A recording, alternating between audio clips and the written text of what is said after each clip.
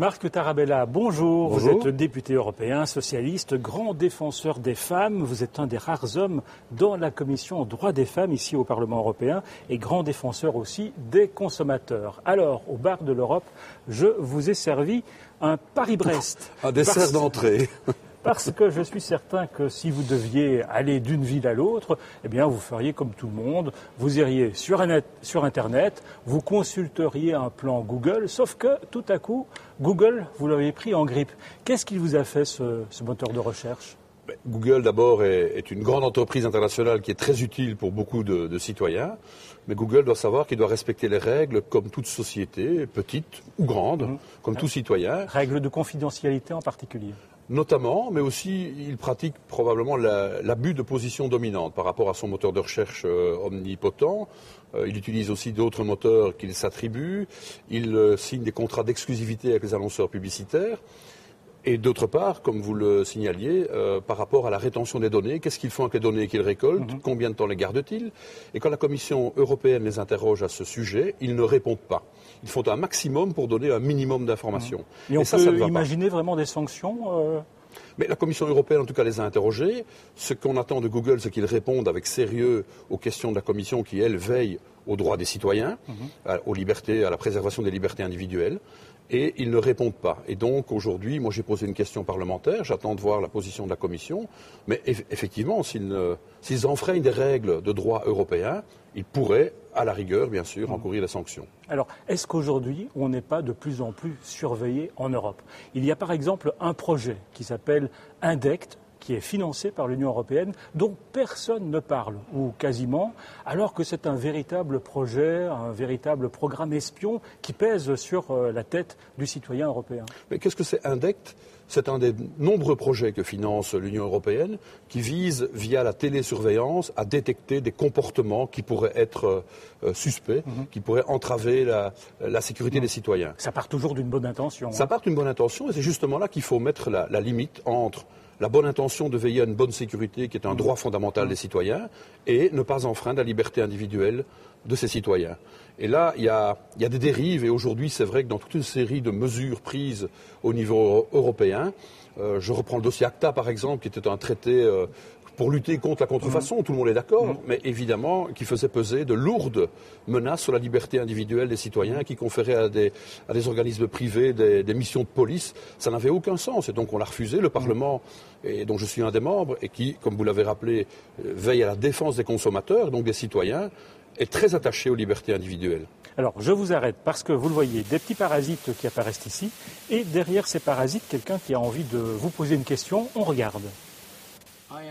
Je m'appelle Peter Hustings et je suis président du contrôleur européen de la protection des données. Monsieur Tarabella, ma question est la suivante. Pensez-vous que nous avons assez d'outils de contrôle quand nous finançons des projets de recherche qui peuvent avoir un impact fort sur les droits de l'homme ?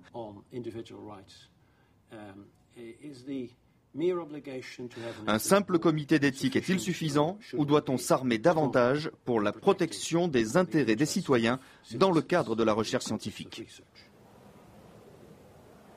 Réponse ? La question du président Hustings vient à un point nommé. Elle est le prolongement de ce que je viens de dire. C'est qu'il est nécessaire d'avoir l'autorité de contrôle, il appelle le comité d'éthique, ça peut être une autorité de contrôle qui a du réel pouvoir pour mettre ses garde-fous nécessaires entre, bien sûr, une meilleure sécurité des citoyens, et aujourd'hui, c'est un souci dans pas mal de dossiers, et la préservation des libertés individuelles. Donc il faut donner un contre-pouvoir de contrôle qui, à chaque projet de décision, de directive, puisse dire attention, là on dépasse une limite, et qui puisse avoir ce pouvoir d'interpeller, de nous informer, nous les parlementaires, qui sommes les décideurs en dernier ressort. Alors, question d'une internaute, Mathilde Cayabès de Hérouville, en France. Le professeur Serralini vient de mettre les pieds dans le plat avec une étude qui prouve que les OGM provoquent des cancers sur les rats. Les lobbies essayent de le discréditer en disant que cette étude n'est pas sérieuse, mais personne n'avait fait une étude aussi poussée avant lui. Va-t-on en rester là ? Mais qui est le perdant dans cette histoire ? C'est le citoyen européen. Nous sommes 500 millions de citoyens qui demandons à avoir une information claire à propos des OGM. Et c'est vrai qu'il y a des comités scientifiques qui se réunissent et qui donnent des avis favorables. Et l'Union européenne, au travers de l'Agence pour la sécurité alimentaire, a donné pratiquement toutes les autorisations demandées par les fabricants d'OGM. Et puis quand il y a une étude qui montre que peut-être il y a des dangers, il ne se passe pas 15 jours qu'elle soit critiquée.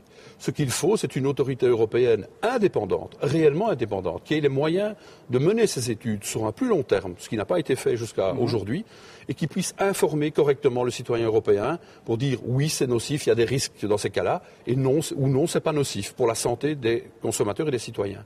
Ils ont droit à cette information qu'ils n'ont pas aujourd'hui. Alors vous dites qu'il faut une autorité européenne, mais il y en a une. Oui. Et il y a l'Agence européenne de sécurité alimentaire qui a d'ailleurs dit que cette étude n'était pas sérieuse. Vous mettez en doute la compétence des membres de cette...